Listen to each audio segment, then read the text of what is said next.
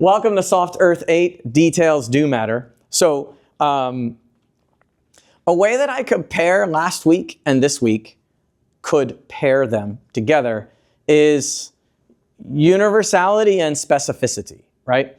And so, you know, the hope of universality is that we can take generalized concepts, even from simpler systems, and that we could extend them, maybe even expect them to extend to more complicated problems, right? Because if there are fundamental behaviors that emerge from interactions and emergence of mesoscopic scales that are insensitive to the details of how particles interact with each other, then that seems like a promising place to, you know, hang our hopes if we want to take physics concepts and actually extend them to the Earth, okay? But along with universality, which we talked a little bit about last time, there's a couple things. There's the boundaries of universality, right? So something is universal until it isn't. And the other aspects of universality is that we've talked a lot about universality in the context of critical points. And I've hinted at the idea that while systems behave similarly in the vicinity of their critical points, the critical point itself is very system specific, right? And an example that I gave, for example, is that we can predict how the viscosity of a glass will grow as it cools and approaches its critical temperature, but we cannot predict what the critical temperature of a glass will be, right? We can also understand that in the context of friction. We can think about the way in which the friction of a granular material changes with how hard we shear it. And there are universal functional behaviors between the friction of a granular material and the rate that you deform it. But there's a static friction coefficient, which is the friction coefficient between two surfaces, particles or particles and another surface. And there's no way to know it theoretically. We always have to experimentally determine it, right? And so it's this kind of vexing thing that the behaviors can be universal around a critical point, but knowing where the critical point is not something we can almost ever do theoretically. So that's the kind of concept that we're bringing into here, right? So I'll go back to the example that we talked about before, maybe one of our canonical critical points, right? I was talking about percolation, right? And the experimental system that I set up with percolation to have us think about it was, let's imagine that we have a reservoir of water, right? We have this impermeable block.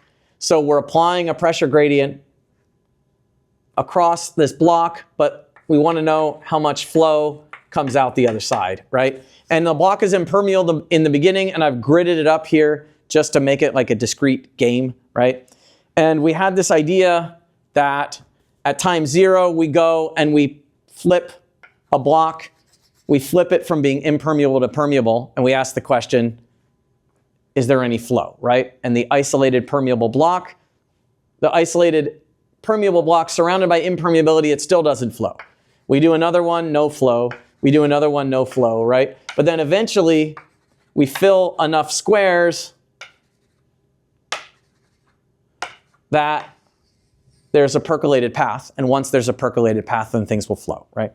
And so the way that we talked about this was the transition that we made a claim to was fairly universal, is the transition from not flowing to flowing, or percolation, right? And so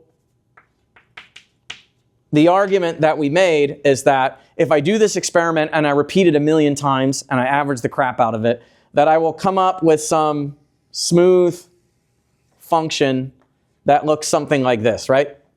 And so there's a range over which I never get any flow, but then at some amount of increasing permeability, I'm increasingly likely to percolate, and so the flow is going to go up and it's going to saturate, right? So I didn't talk a lot about that critical point, right? I talked about the nature of this curve, but I didn't talk about the value for this thing, right? Are we having an issue? I can stop for a second. Okay.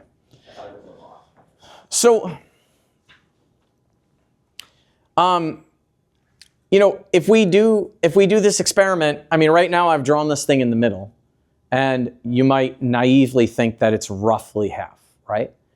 Which is more or less true. So for a generic percolation problem where all that we need to do is connect a path and that the paths, the points are thrown down at random, somewhere between 40 and 60% permeable blocks is what you're going to need in order to have a pretty good chance of there being one percolating path and getting flow. Okay. That number is subject to a lot of change, though, depending on the system, right? So in order to consider that, I want to think about now a problem that is percolation-like, but with a variation, all right? And so that problem that is percolation-like, but with a variation is going to be forming channel paths, right? So the idea of forming a channel path, right? So we have a mountain. We're raining on that mountain. And it turns out that a pretty good way to think about modeling the growth of a channel path on a mountain is basically you ask to follow the pathway that a water droplet would follow, okay? So the water droplet gets dropped, let's say here, right? And we know that the water is going to flow downhill, and the mountain has an overall slope, right? So the general expectation, right, is that the pathway is going to go down the mountain. And so this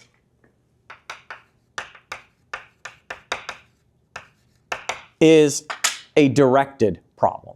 It's directed because gravity wants to pull the water downhill. There's a clear downhill direction going on, right? Now, the thing is that in general, the water wants to go downhill, but this mountain has all kinds of bumps and wiggles and things on it, right? It has lumpy soil on it. It has plant roots. It has worm burrows and all kinds of other things. And so locally, when I put a droplet here, the droplet wants to go downhill, but what it sees in front of it is a bunch of random bumps, right? And so the basic simple model that we have is that what the water is going to do is to follow the path of steepest descent. So locally, the water is going to look around, and wherever the slope is the steepest, that water will go, okay? The one thing we know is that the water is not going to flow uphill against gravity, right? So there's a directed aspect to this, which is that the water is going to flow downhill, but the consequence of the water choosing the steepest path, but choosing the steepest path on a surface that has random bumps, essentially is a random walk, okay? So when we have a sloping surface with random bumps on it, and we have water that wants to take the steepest path, what the water is going to do is take a directed random walk. Directed because it doesn't go uphill, and random because it's going to move around these bumps, okay? So you put this droplet of water here, and the basic idea, we say, okay, look, the water, if you imagine discretizing this maybe on a grid is the easiest, right? The water looks down, it looks right, it looks left, it looks diagonal, and it says which way it, for me, is the steepest way to go. I choose that, and then here I am at the next location. And then I do the same thing again, and I choose a direction. I do the same thing again, and I choose a direction. Choose a direction, keep doing this until I reach the end, right? And so I know I'm drawing this in a picture. It turns out that you can demonstrate in the real physical system that this model is valid. What I mean by that is that a thin sheet of water that is thin enough that it is viscous with low inertia, a thin sheet of water moving on a surface will follow the path of steepest descent. You can solve that stress equation, right? And then you can demonstrate that a thin sheet with the water following the path of steepest descent on a slope with random bumps will reduce to a problem of a directed random walk. It's in that universality class, Okay? So the physics of the problem allow you to reduce, the mechanical properties of a thin sheet of water moving over a bumpy sloping surface to a directed random walk problem. Okay? Well, the thing is that if you look at channel networks on hillsides, you see networks, but they're sparse. Okay? So there's a few other things to point out about this network, right? So we know that water flows downhill. That's an important element. We have this idea that the topography is more or less random. And the third ingredient, by the way, if you want to make a channel network, is that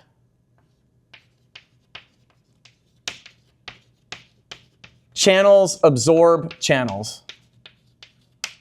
Another way to say it is that every time a random walker runs into a previous random walker, it stops, right? These are really the only three ingredients that you need to make a channel network. And the statistics of river channel networks that we observe in real life are the same as the statistics that are produced by a model with just these ingredients, okay? So that's cool, but the thing about this, it's still a percolation problem, right? When a random walker makes its way from the top to the bottom, we now have a percolated path and the flow can come, right? But if you ask the question, what is the density of channels that I need on this mountain in order to pass all the rain that comes in the top down to the bottom? It is much lower than the density of coverage that you need in order to have a percolated path here. The reason is because of the directed part, right? When we're choosing a path, we can't go uphill. So already we've eliminated half or more than half of the options, right? So it makes sense that the path will have a strong tendency to grow in the same direction it's been growing, and the path cannot reverse direction. Therefore, you need less channel, if you will, or less permeable block in order to fill space. So what will happen then, when you do this model,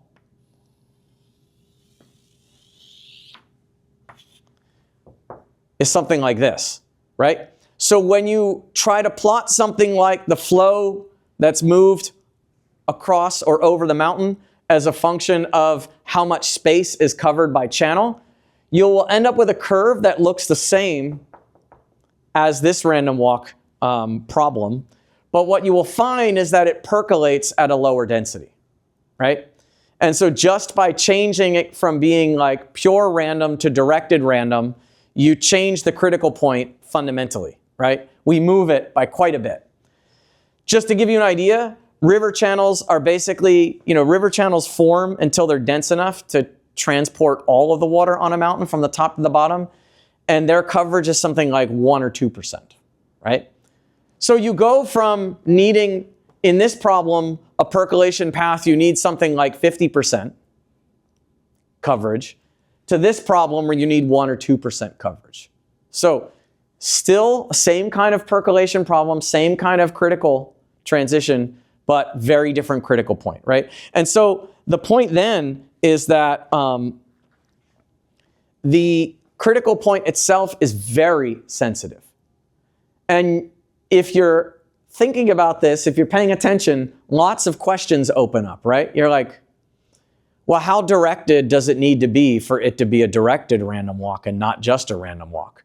What if I'm very strongly directed, like a system with a lot of inertia that I like to keep going in exactly the direction I'm going in, right? Or what if I'm only slightly biased, that I'm mostly purely random but just with a slight preference, right?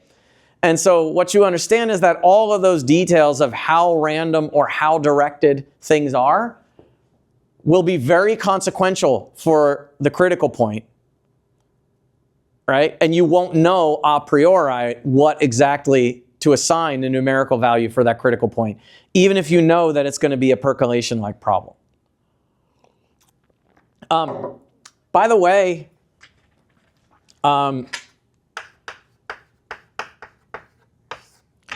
cracks are a similar problem, right? So when we think about, I drew this problem before of percolation and I said, oh, look, like I will fragment a solid when I have crack networks that percolate the sample, right?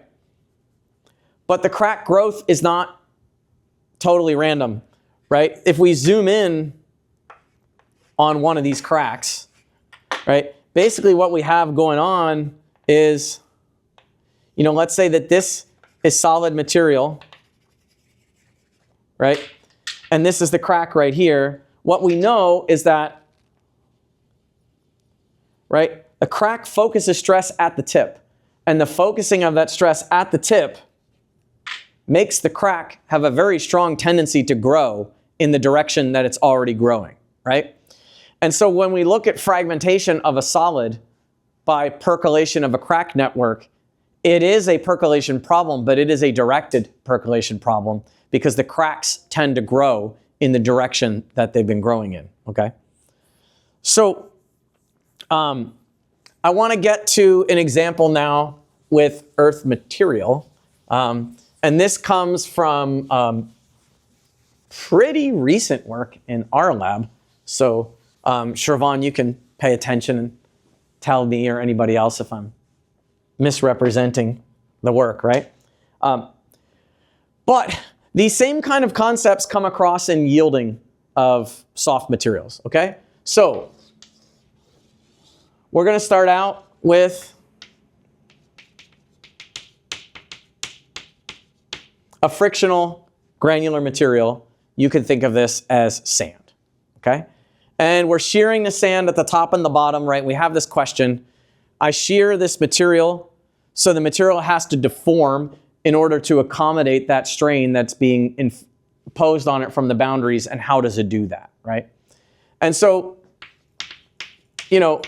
we have these grains. God, I don't feel like drawing all of them, but it's important that I do because it's dense, right? And so one of the things that we've learned is that locally, what happens in this situation, right, is when I start shearing it gradually, that I don't have a uniform deformation that happens, that I will have a rearrangement that happens here.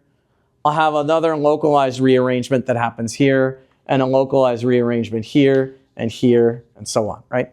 And so I'm straining this disordered material, and it's deforming in these localized regions in response, okay? Well, when this material is dense enough, when the particle fraction is high enough, right, what happens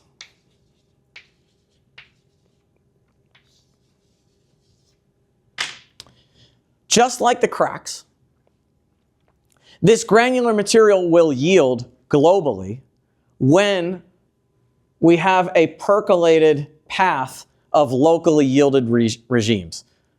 So what I mean by that is that when I am deforming this sand, what's happening with these little hot spots of deformation is that I deform the sand and locally it yields.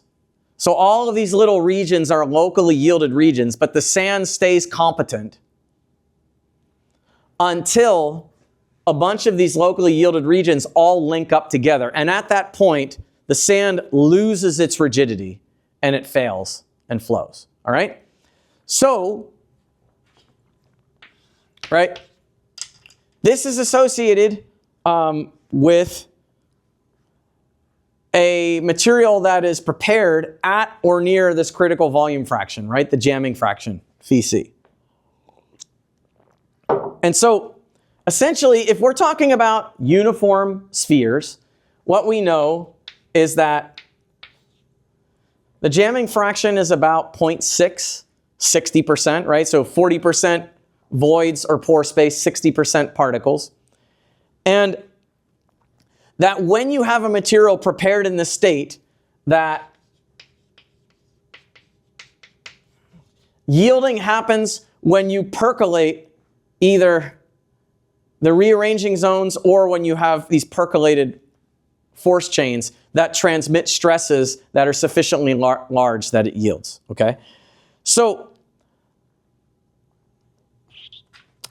Now, if we think about a cohesive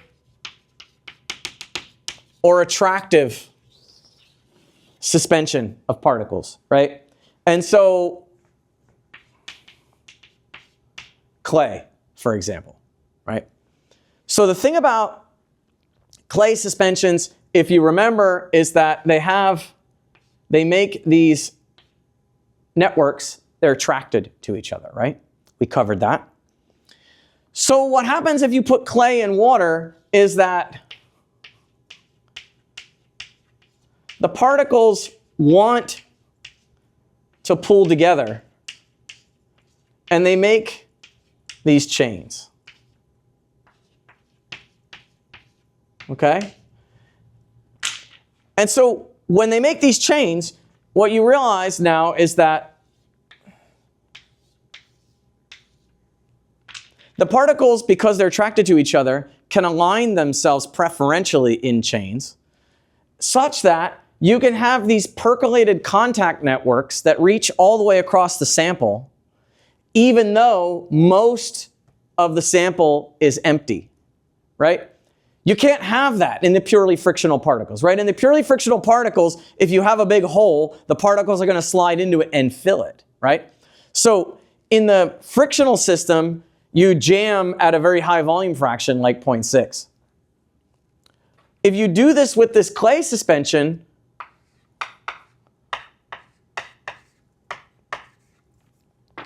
what you realize is that you can produce a material that becomes solid-like, takes on a solid-like behavior, and is effectively jammed. So it does a similar thing to this, but it does it at a much lower volume fraction.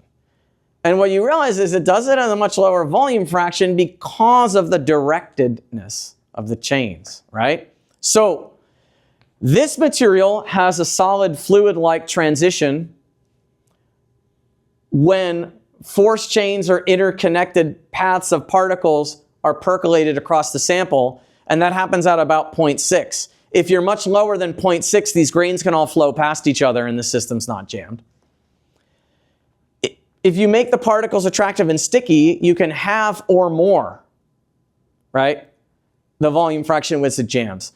We're doing this with clay particles. You can do this with polymers, and with polymers you can make a gel that has a couple percent volume fraction. It's almost all completely just fluid, and yet it has a springy, elastic, solid-like behavior, right?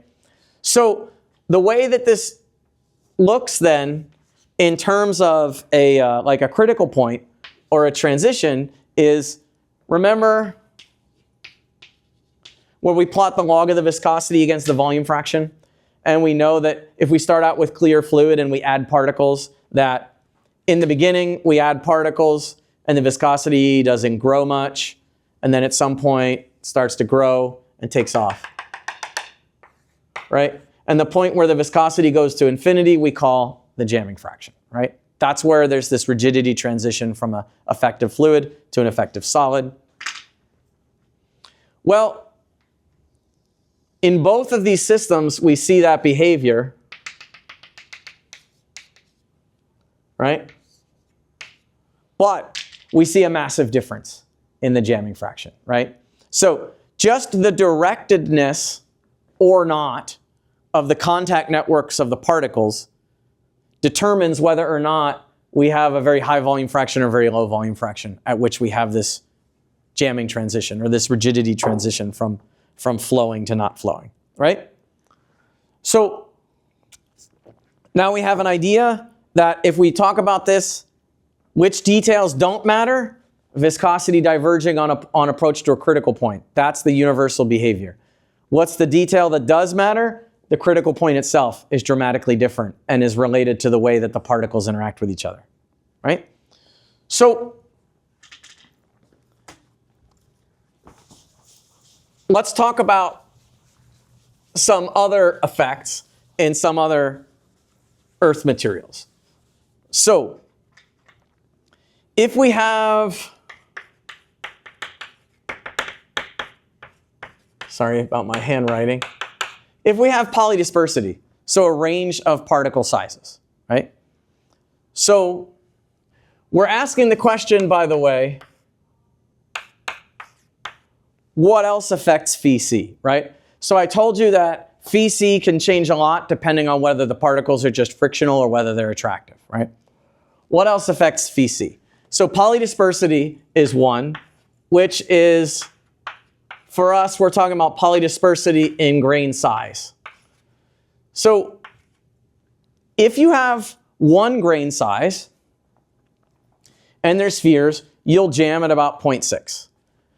If you keep the particles perfectly spherical, but the only thing you do is say that there's not one grain size, there's a mixture of grain sizes. What happens there, if you make it polydisperse, is that phi c goes up. Phi c goes up because you can fit tiny grains in the spaces between big grains, right? So over here, there's big pore spaces between the grains, and you can't fit any more grains of the same size, but if you had smaller grains, you could pack them, right? So if you have a polydispersed material, that alone will change the jamming fraction, and it will increase it significantly. So in natural polydispersed soil samples, for example, we can get jamming fractions as high as 80%, whereas for uniform spheres, they're 60%, right? So that's a lot, just by changing the grain size. How about shape, and especially shape's effect on friction, right? So if we have angular particles, so the angular particles might get jammed up in each other like gears, right? Harder to slide and roll past each other. And so if we make the grains more angular, what actually happens is that we can decrease the jamming fraction, right? We decrease the jamming fraction because now these grains don't move past each other as easily as they would before, so it'll seize up and stop moving at a lower packing fraction than if the grains were nice and round and smooth and can roll past each other, right? And one thing that we don't talk too much about, but can be important sometimes, is how hard or squishy the particles are, right? So let's say we have a particle like this, but we're able to squeeze it, right? And deform it easily. Well, you know that if you have squishy particles, then you can jam pack them more densely, right? So if they're relaxed in their spherical form, maybe you can only put 60% of them inside of a box. But if you step on them and squeeze them and pack more in and deform them, that you could make a higher volume fraction, right? So just to bring the point home,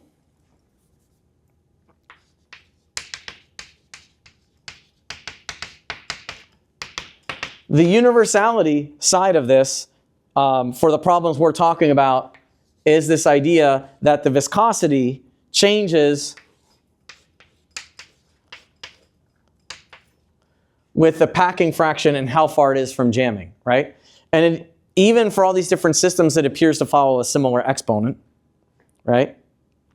But the details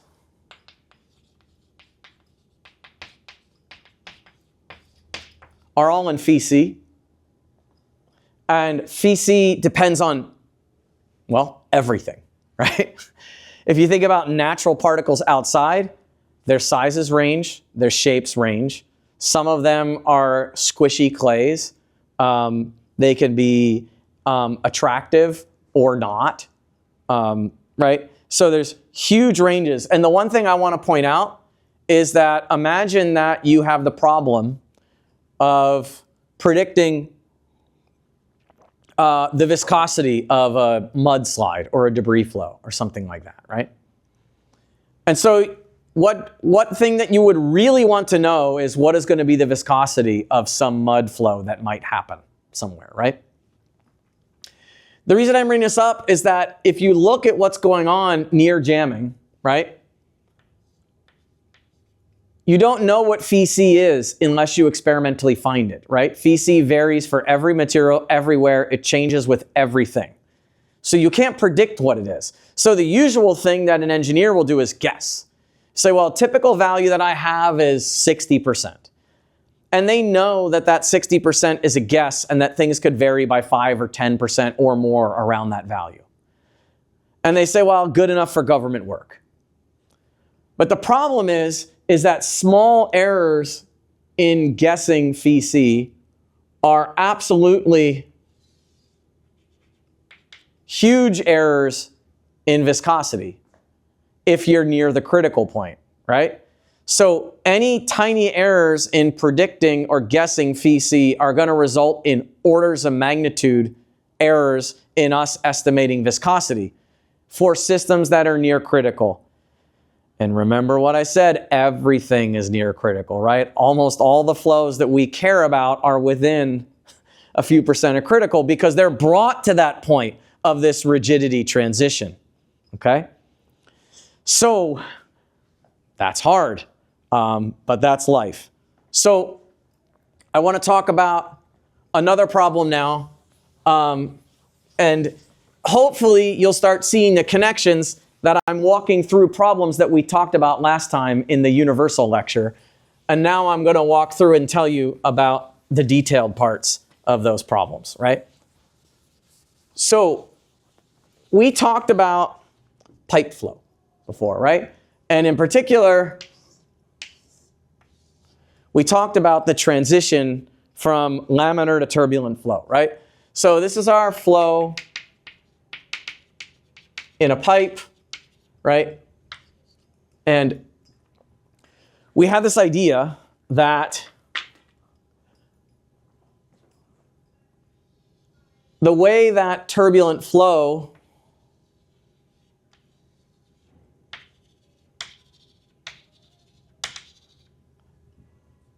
happens in a pipe is that there are disturbances of the flow that grow, and there are these puffs, right? And we talked about this mixed phase idea that in a flow, locally, there are regions of the flow that are either laminar or turbulent, that there are no regions that are in between, right? So if we have a flow that macroscopically is in between laminar and turbulent, that just means that it has a mixture of turbulent regions and laminar regions, right? And we talked about this idea that this transition to turbulence is actually, in a pipe flow, is in the directed percolation universality class, because basically what we realize is that a flow that is macroscopically turbulent, the way that it arises is when locally turbulent regions percolate across the sample, right? So if you remember one way that we looked at this transition was you said, I'm going to be an observer measuring the velocity u at some point inside this pipe, right? And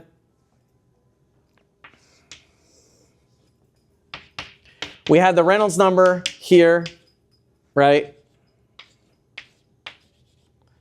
And I'll remind you that the Reynolds number is just a measure really of the viscosity of the flow relative to the inertia of the flow. So that's density, velocity, the diameter of the pipe L, and viscosity. And here, we were just looking at the magnitude of the velocity variations, right? And we had this idea that in a laminar flow, the velocity variations are very, very small. And as we increase the Reynolds number, the velocity variations grow, then essentially saturate. And so we have this kind of critical point here, right? So for a typical experiment, by typical I mean take any random pipe. It can be metal, it can be plastic, just any pipe you want. So to us it looks smooth. But it's not very smooth at the microscopic scale, right? Any random pipe that we get of any random material has these little bumps on it. So if you take a typical material and you run a flow through it in your lab and you increase the Reynolds number and you ask, where does this transition occur? It will depend from experiment to experiment, but order of magnitude, it's about 10 to the 3, right? So this transition region from laminar to turbulent It typically starts at Reynolds number 100. It typically is done by Reynolds number 10,000, and it's centered around 1,000.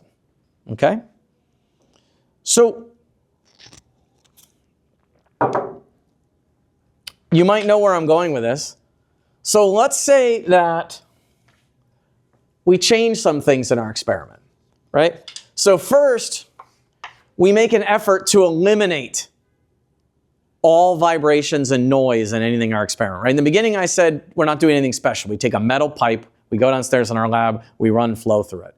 But now what we want to do is eliminate as much perturbations and noise as we can.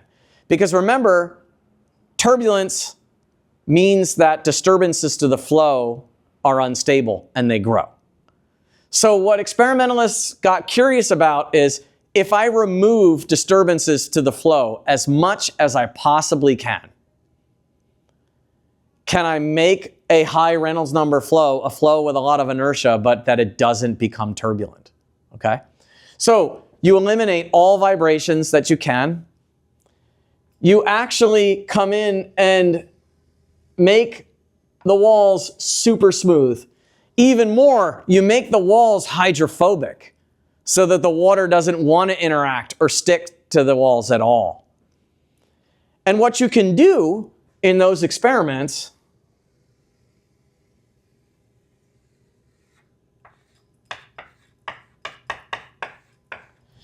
is that you can push the transition from laminar to turbulent from being around 1,000 to being close to 1,000,000. I'm not keeping track of the current record right now. There's a kind of friendly competition going on of the highest Reynolds number flows that can still be laminar. These are excruciatingly carefully controlled experiments. The reason I bring this up, though, is that one of the great theoretical breakthroughs in this knotty problem of turbulence in the last decade has been the demonstration that the transition from laminar to turbulent flow in a pipe is directed percolation, because that says that it's a true phase transition, and it also determines what universality class it belongs to. That's a real theoretical breakthrough. But what I'm showing you is that there's a critical point in there. The critical point is one that is exquisitely sensitive to the system, right? So we would like to think of the Reynolds number as being some kind of order parameter that tells us how close or far we are from the critical point. But it turns out that the Reynolds number alone is insufficient. That all of the details of the system, how smooth or rough or hydrophobic or hydrophilic the boundaries are, whether it's got mechanical noise and vibrations or it doesn't, that all of those things matter in terms of knowing what the critical point is, right? So you now get it, right? The universality part is the laminar to turbulent transition being directed percolation. The details part is the extreme variation in where that critical point is and how it's determined by the details of the system, right? So things can get worse than this, right? What I mean is that so far we're talking about that the nature of this transition, laminar to turbulent, not flowing to flowing, is similar, but that the numerical value of the critical point changes. But it can get worse than that. We can also change the mechanical behaviors of the system and the nature of this transition pretty dramatically. So here we'll come to our example of the sand pile, right? So remember the sand pile that we just pour sand down in a pile, we let it rain, and then the pile sits there, right? And remember, everything flows, so even when we just let it sit there, we know that it's creeping and deforming, right? So this freshly poured sand pile has a relatively low packing fraction. We've just poured it. The grains are loosely arranged in some configuration. And we learned some things about this, right? So we know that vibrations, tapping, shaking, things like that, will cause an increase in the packing fraction, right? If we tap it or shake it, that the grains are going to consolidate into a tighter packing, okay? We also know, though, that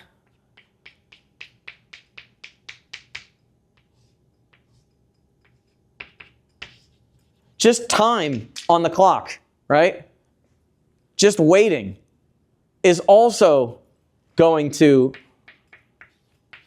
increase phi, right? So as the grains are creeping by gravity, they're just falling into more stable configurations, right? And we talked about how falling into more stable configurations is going to increase the packing fraction, right? Mechanically, if we do a solid mechanical strength test, right? So this is our usual for a solid. We're going to plot stress against strain. So we're going to deform the sample. Well, we know that in the beginning, when the pile is loose and fluffy, that the stress-strain curve looks something like this, right? So this is yield all the way out here, okay? What I mean is when the pile is loose and fluffy, we have this ductile-like behavior. It very gradually yields. And what we know is that later on, whether we've subjected it to shaking or just waiting or both, that as the grains increase their packing fraction, we know that the creep rate slows down.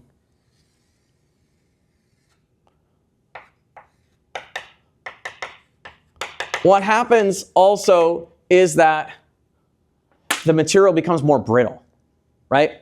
And so now what we realize is that changing the packing fraction for sand, it doesn't just change the yield stress. It actually changes the qualitative mechanical properties, right? When we have a loosely packed material, it is floppy and soft. And when we deform it, it can respond by locally yielding without having a catastrophic failure. But when we pack it more closely together, we don't just increase the yield stress, we actually make it so that it yields brittly, it yields suddenly and catastrophically, right? So that's not a minor detail, right? That's not just saying that there's a parameter that changes. It says the whole curve changes, right? And so in this case, there is not a universal behavior of the stress-strain response of sand, right? There are different behaviors depending on whether the sand is loosely packed or tightly packed together. And you might remember back when we talked about landslides that if you think about landslides on a mountain, so this response, the blue one,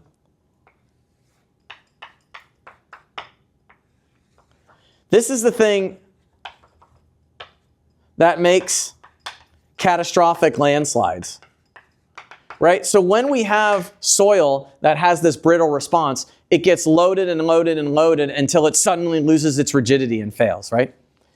And we know that soils that are soft, that they basically have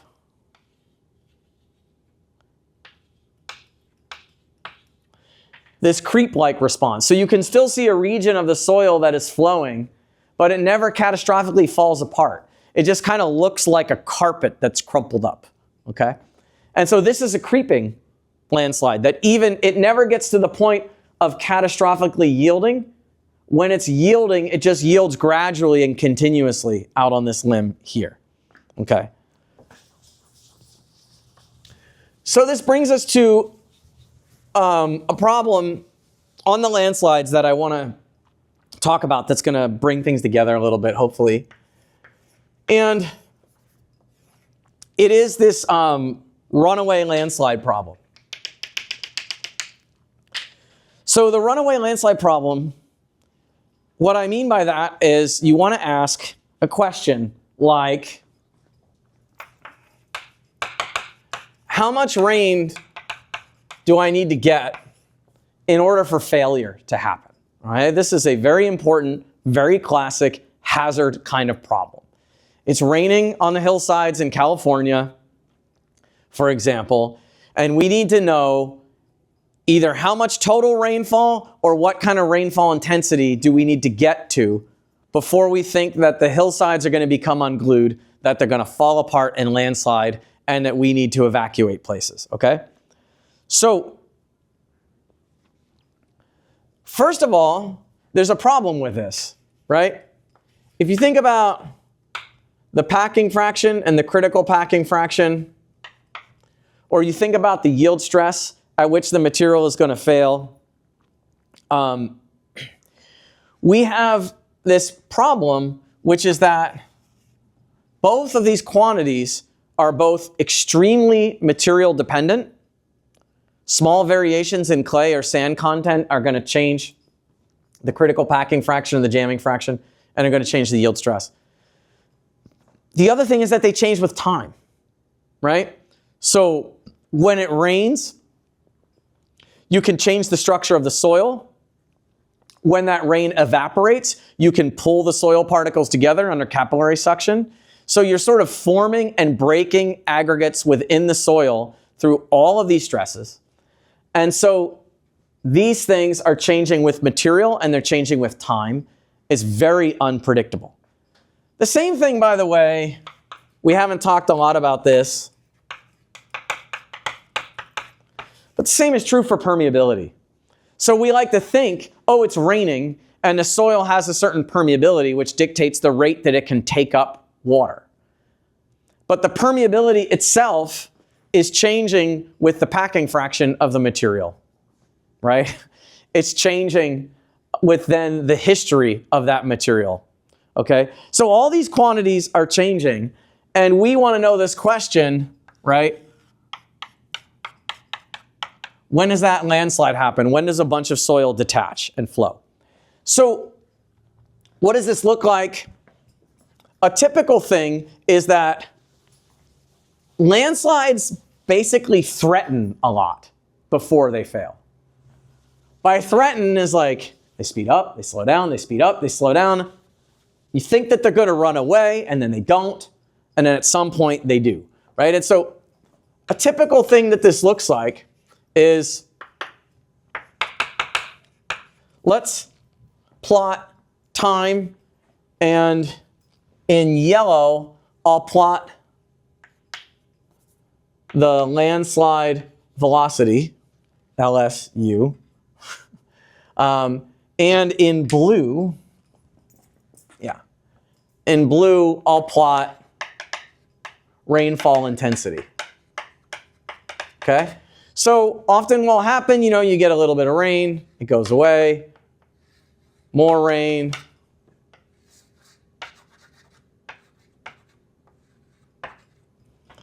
so let's say we have these little pulsing rain events happening over a period of, say, a few months. So a very common thing that will happen is that there's a landslide which is slowly moving already, and it experiences a little pulse when the rain comes. Bigger rain comes, maybe a bigger pulse. A bigger rain comes, and maybe the pulse isn't as big. And then the velocity shoots off, and it detaches catastrophically and becomes a landslide. Okay, so for sure, in this scenario, there are changes in the landslide speed when it rains. But I've intentionally drawn it to show you this, is that the one thing that people notice is, right, there's a pulse of rain and the landslide speeds up, and then it dries out and the landslide slows down. And so you see it, the 0th order is it responds to rainfall. But what you notice then is you're like, well, it doesn't respond, though, proportionately, in some proportionate way that we could predict. Sometimes a lot of rain produces a small change, and sometimes a little bit of rain produces a significant change. The same amount of rain doesn't produce the same change, right? And so you're like, okay, 0th order, the landslide speeds up when it rains. But if I even wanted to say, does it speed up more when it rains more? Maybe, maybe not. What you have to understand is that when the landslide is speeding up and slowing down, it is changing its mechanical and material properties, which means that the soil will not respond to the same event in the same manner the next time it comes, because it's not the same soil anymore, right? It's changed its configuration. It's changed its packing fraction. It's changed its yield stress. A consequence of that then is that sometimes the material, as it's creeping, is getting stronger, but sometimes as it's undergoing a series of pulsing, it's getting weaker. And we don't really know. And so then what can happen is we can get a rain event that is no bigger and sometimes even smaller than a previous rain event. The previous bigger rain event did not trigger a catastrophic landslide, but a small one that comes after a series of them does, right? And so one thing we know is that people observe empirically there's like a critical speed that a landslide will get to when we then say it's catastrophic. Meaning, if the landslide hits deformation of 1 meter a second, it's going to run away to 10 meters a second, right? Once it exceeds that speed, it's going to shake itself loose and go. But if it stays lower than that speed, if the stress gets removed, it will relax. So there's this critical speed that people observe empirically for landslides to run away. They would like to relate it to a critical rainfall intensity. But the problem with doing that is that that critical speed and that critical intensity are a function of the material and also are a function of the history of deformation of that material, okay? By definition, if we are monitoring a landslide that speeds up and slows down and we're worried about it running away, we are looking at a near critical system, right? The critical point is when it runs away catastrophically and loses its rigidity. That's the thing we are worried about. Remember, if we are near critical, very small changes or very small errors in our estimate of the critical packing fraction or the critical yield stress are going to result in orders of magnitude wrong predictions about the flow state of this material, right? And so again, we have this problem that there's something universal about landslide behavior, but there's this system specificity that makes it really difficult. And then it compounds with this problem that we brought up all the way back in lecture 2, and that keeps coming back to us, which is that almost all the landscapes we care about are near critical. And near critical systems mean that they're close to this rigidity transition, which means that small errors in our estimation of these different parameters can have us land on the side of flowing or not flowing, right? That's hard. One other problem now that I want to connect this to get us a little bit more grounded, I guess,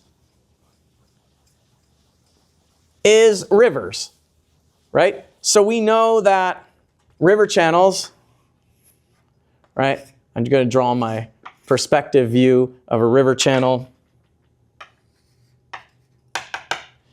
And we know that the river is lined with particles, right? And if we zoom in on these particles and we draw it in profile view, so the river is flowing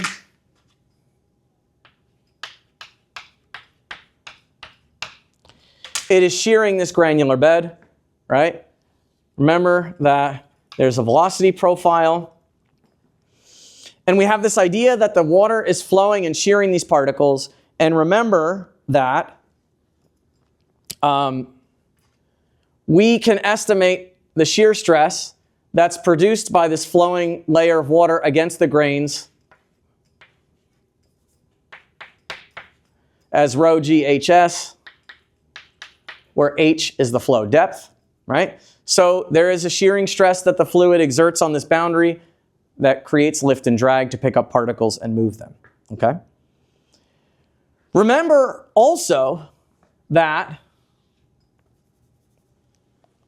the stress condition for the river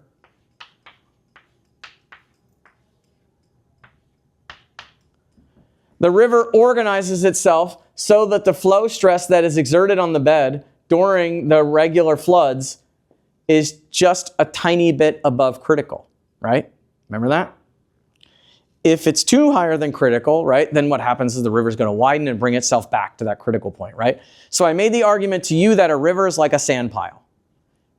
You can't get it very far from its critical point. If you dump more energy into the system, like more water, more stress, it's just going to widen itself out and bring the water depth down until it's right back there close to critical. So, as you might anticipate from these other problems, this poses a challenge for us in predictability. So, if you look at the sediment flux, so this is the transport rate of sediment that is driven by a shearing flow. We know that this critical stress acts like a yield stress in a solid, right? So we'll basically say that almost nothing happens below a critical stress. And then once we exceed a critical stress, we have this very nonlinear curve, right? And there are different flux equations people use for sediment transport in rivers, but it's something like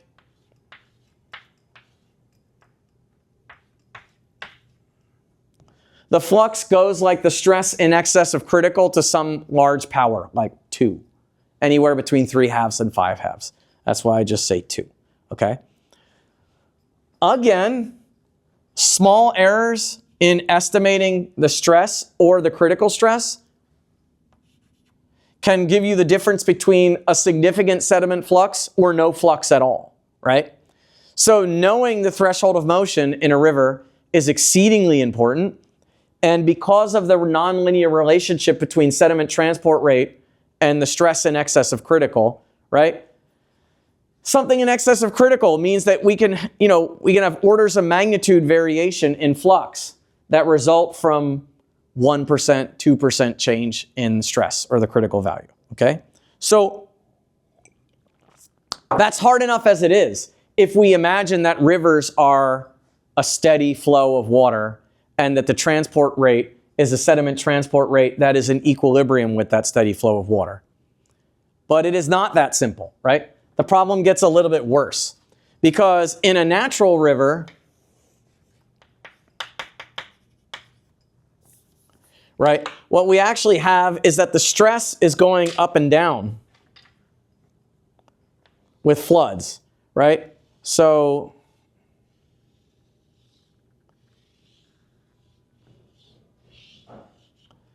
if we plot a time series of the fluid stress in a river, it's going up and down, up and down, up and down as floods come, right? So, if your estimate of the threshold of motion is here, then you would draw a dashed line across, right? And you would say, all right, if I want to figure out how much sediment gets transported in this river over a year, I basically have to integrate these curves to come up with the stress that is in excess of the threshold of motion for every flood that happens, right? And that's what we do, is we take an equation like this, and then we put it into a time-varying form, and we say that the total amount of sediment that gets moved in a flood is I take the integrated excess stress onto the curve, and I raise it to some power. And I say that's how much sediment transport I should have. But what you realize is that if your estimate of critical is here, you might count 1, 2, 3, 4, 5, 6 floods that move sediment, and you'd integrate onto those curves and you get some big number. But let's say that you're just a tiny bit off, right? That your critical is up here instead, right? So if your critical is up here instead, there's not 6 events that move sediment, there's only 2 events that move sediment. And the peaks of these curves are getting narrower and narrower, right? So you would integrate onto those curves and you'd come up with a very tiny number, right?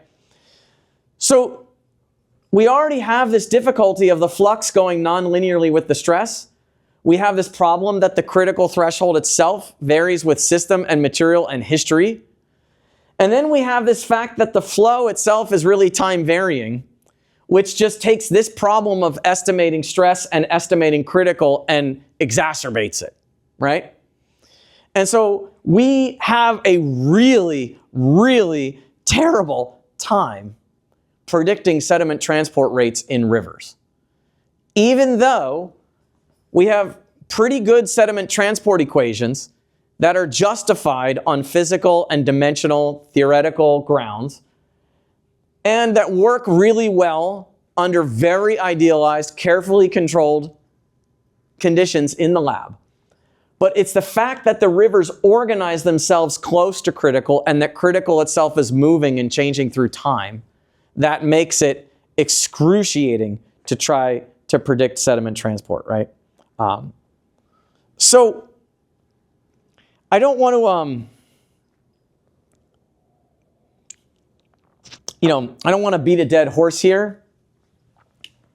There are other problems we can bring up here, right? So we can talk about, debris flows.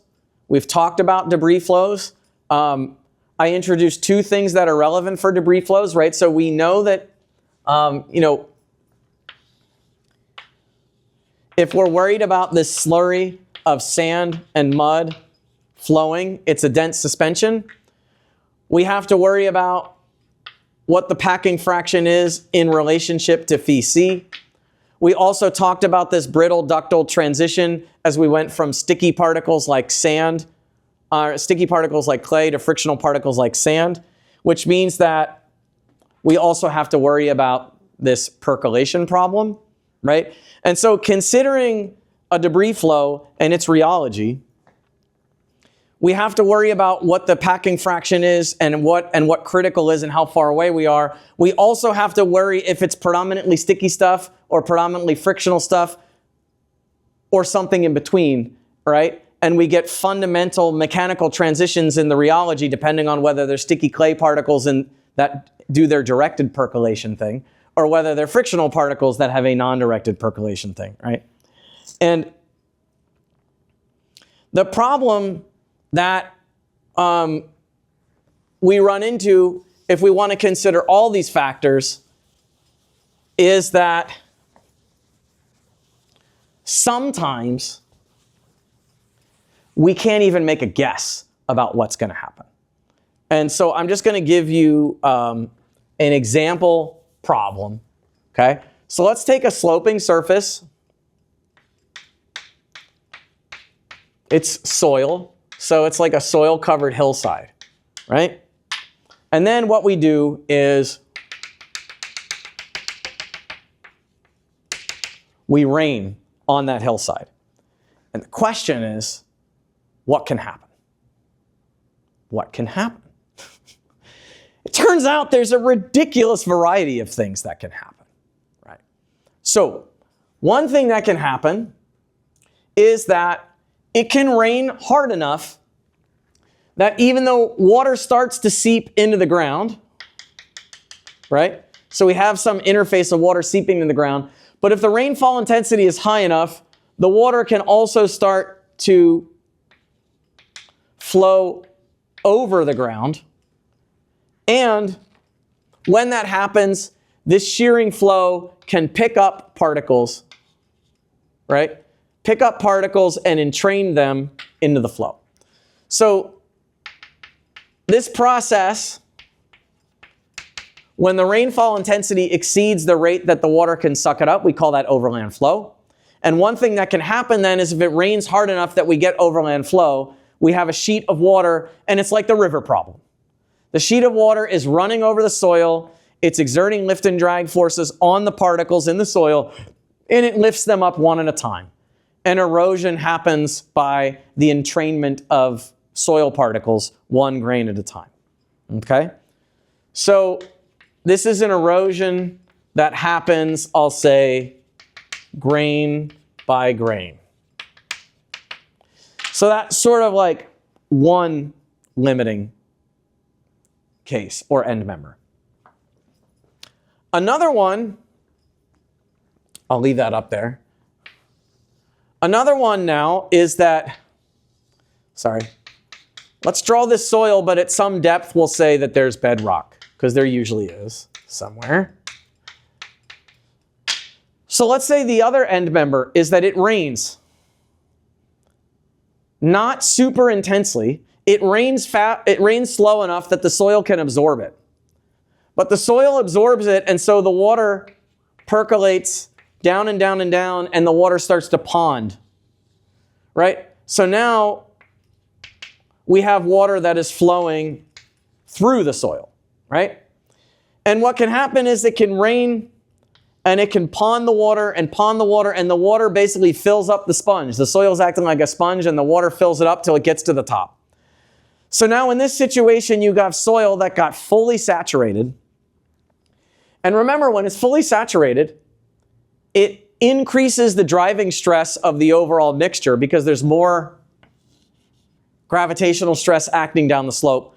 But it also reduces the effective weight of the particles because they're now sitting in water. So you decrease the friction, you increase the driving shear stress, and you reduce the normal stress, and so you've effectively decreased the friction. And when this happens, you can have a detachment or a slide at the base between the soil and the rock, right? And so now what happens is that the soil fails en masse. It's just like a chunk of solid that detaches from the bedrock that it's on and slides, right? So this is a landslide, right? And that's the kind of other end member. Here, overland flow, you're picking up grains one at a time. It's all about what's happening at the interface of the water above and the soil below, and there's nothing really going on inside the soil. This is the opposite. It's all about the soil, and the soil all fails together all at once. There's an intermediate scenario, one that I like to talk about a lot because it happens a lot. But we haven't talked a lot about the initiation part. The intermediate scenario is actually the scenario of a debris flow. A debris flow, for our purposes, is a dense suspension, soil and water.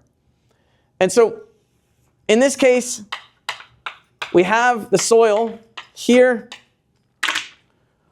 We rain down on it. And actually what happens is that the water infiltrates into the ground, just like this problem. But the water infiltrates into the ground, and what it does is it unjams a thin layer of soil. Okay? How thin is thin? Typically 10 centimeters or something like that, right? So in this case, we have this transient wetting front. It's transient enough, it doesn't go anywhere near all the way down to bedrock. But in this transient wetting front, the soil becomes saturated. When the soil becomes saturated, it loses its frictional resistance. And so you have this thin veneer of soil that becomes unjammed and fluidizes. Okay? This makes a dense suspension. This landslide just makes a solid that slides like a hockey puck. This one here, picking up particles one at a time, makes a dilute suspension. We can't tell you, based on first principles, which one of these three scenarios is going to happen in any given landscape. The reason why we have ideas of what will happen is just because we've been studying them empirically, right? So we know that some landscapes tend to make debris flows, and other landscapes tend to make landslides, and other landscapes tend to make overland flow. But if you were to just ask somebody, draw up for me the conditions under which I'm going to get one or another. One way that you can think about these to tie it all back to universality is each one of these phenomena you could call like a universality class. Debris flows are very common. And where they happen, they're very similar to each other, right? Landslides are very common, and where they happen, they're very similar to each other. Overland flow is common, and where it happens is very similar to each other. Each one of these things are kind of distinct mechanical processes that are pretty generic, and they're pretty robust. So you might think of them as like universality classes, but they're universality classes where we don't know the boundaries between one and another, right? And that has to do, I think, the fact that all of these systems are near critical, but we have this time and material and space-dependent varying aspect to the critical parameters that we can't predict beforehand. So it's a little bit of a grim message to end on, but that's where we are. Thanks.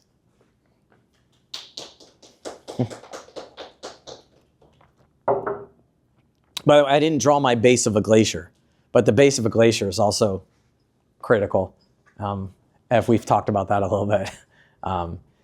And the base of a glacier can sometimes like get unstuck, and sort of like an earthquake fault, and yeah, lots of other problems are also like this, but I just don't want to go on and on and on. Any questions?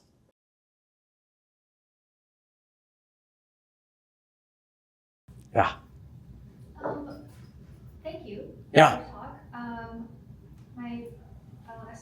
My first question, I guess, would be: is directedness opposed to randomness? Like, are they the opposite of each other? Like, is something that is more directed always than like less random? Yeah, I would call it so it's a difference of degree rather than a difference of kind.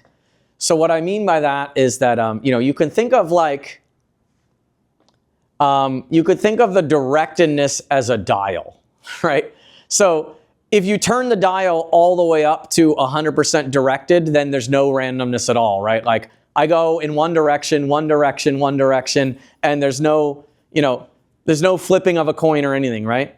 And you could think of pure randomness as, right, that I'm equally likely to go in all directions all the time, right? And so the way to think of it is like purely directed is at one end, purely random is at the other end, and I can continuously turn a dial to go, so I can increase my degree of directedness. A related problem is actually another way to think about it is random walks. And we think about random walks as being positively correlated or negatively correlated or uncorrelated. So the example I'll do a one-dimensional random walk right here. So I flip a coin, and if it's heads, I go left, and if it's tails, I go right? And so the random walk in 1D would be that. I just flip the coin, I have no preference, and I step left and I step right, and we examine how far I am from the origin at every time step, right? But you could imagine adding a preference to that. You could say, okay, when I flip a coin, I say that there's probability 0.5 that I go in one direction, and there's probability 1 minus 0.5, which is 0.5 that I go in the other direction, right? I could say, if I step to the left, I'm now going to have a positively correlated direct or random walk that says that there's a 75% chance the next time that I go in the same direction I just went, and there's only a 25% chance that I go in the opposite direction. So we would say that is still a random walk because I'm doing the coin toss, right? But now I've weighted the coin, right? Or I've weighted the die. And in that situation now, we would call that a correlated random walk. And when we look at its statistics, qualitatively, it behaves like a random walk, but quantitatively, that correlation introduces behavior in the way that, we talked about how the standard deviation grows with time and things like that.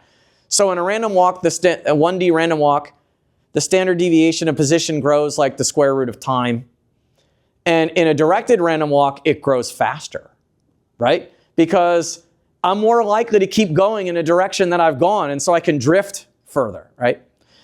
The opposite would be if I wanted to make it anti-correlated, right? So I flip the coin and I say, there's a 75% chance the next time that I step the opposite direction from how I did before, and only a 25% chance that I go in the same direction. So that would introduce an anti-correlation to the behavior, and that would change the statistics. And so this idea of directed and non-directed in percolation is very closely related to positively and negatively correlated random walks. Yeah.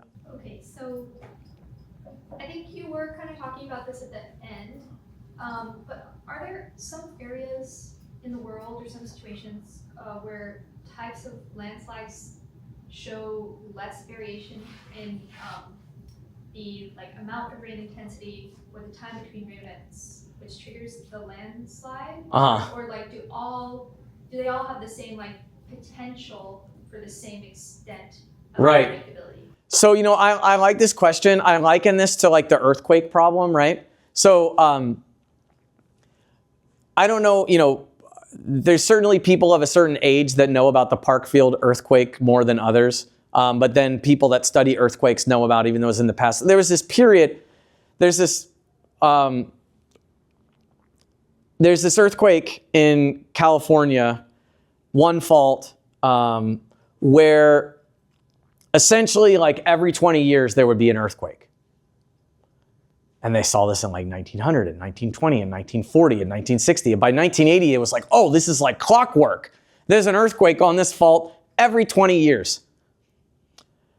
And it's not just that that's unusual. It's that maybe the earthquake that is periodic, maybe the fault that's periodic, can tell us something about why faults are periodic or not periodic, right?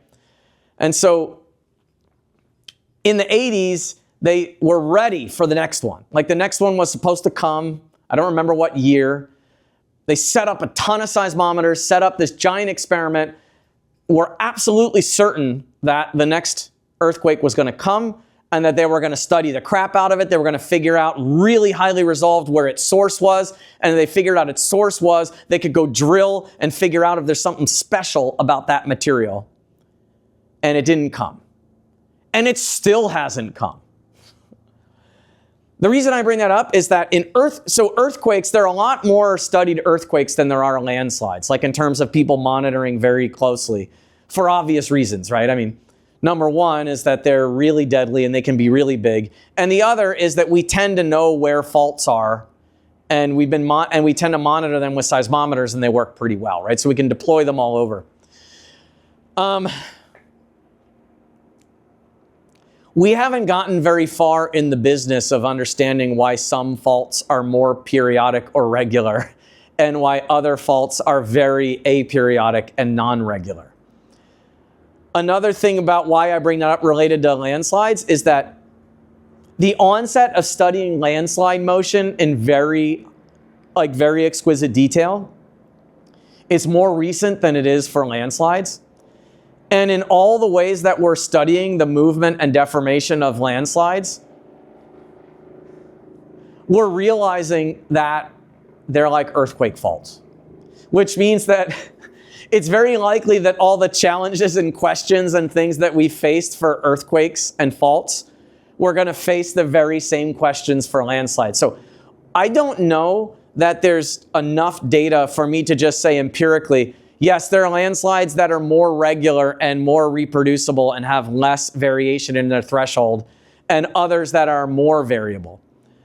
But I suspect that even apparent regularity might just be because we happen to have sampled a window, where they seem close together and regular, but that they'll go irregular again.